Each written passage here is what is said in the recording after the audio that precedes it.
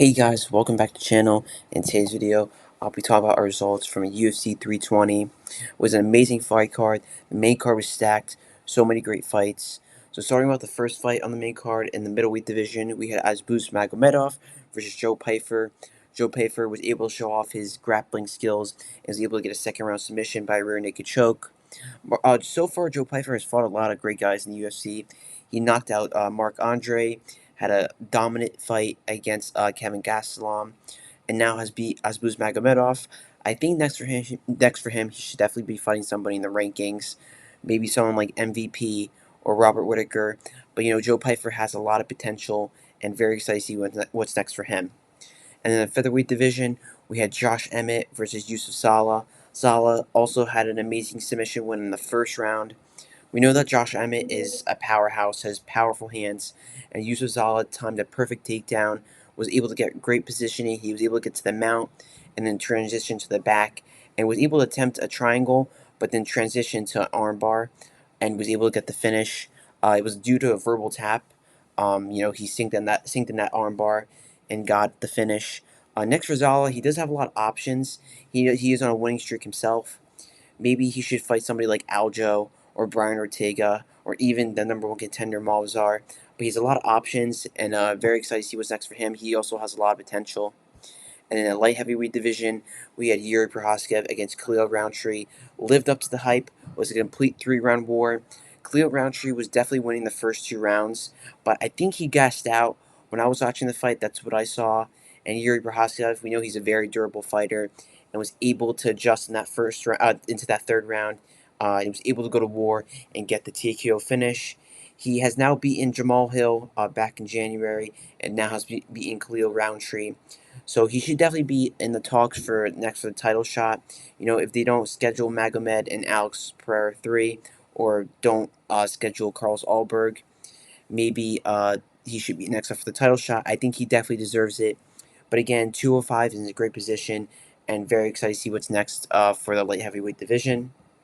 And then for a co-main event, the bantamweight championship, we have Merab versus Corey Sandhagen. Was another great fight from Merab, a complete domination for those 5 rounds.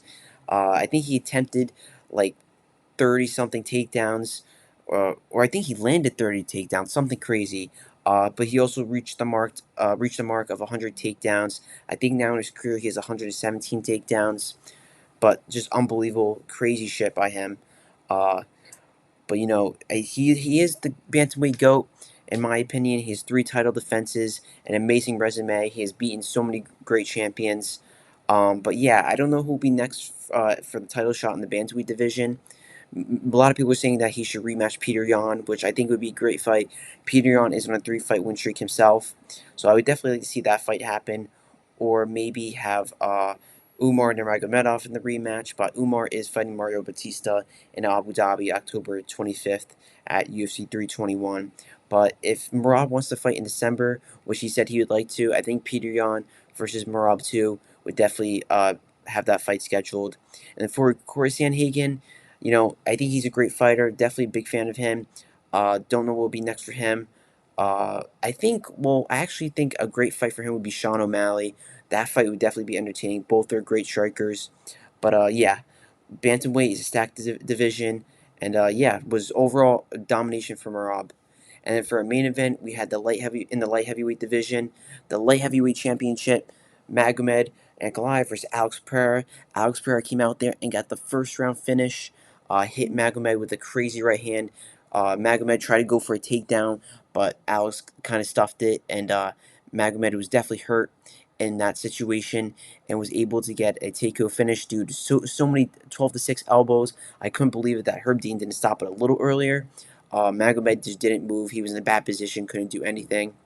But yeah, I told you guys, if Alex Pereira came back 100%, which he did, he was gonna win, and that's exactly what he did. But overall, it was an amazing fight card. Let me know what you guys think about these fights in the comments. And yeah, it was again very entertaining fights. We do have now this week Oliveira versus Gamrot, and then we have in a couple weeks, October 25th, we have UFC Abu Dhabi. UFC 321. Our main event will be Tom Aspinall against the number one Cyril Gane Very excited for those fights. But again, let me know what you guys think about these fights in the comments, and I'll see you guys in the next video. Peace.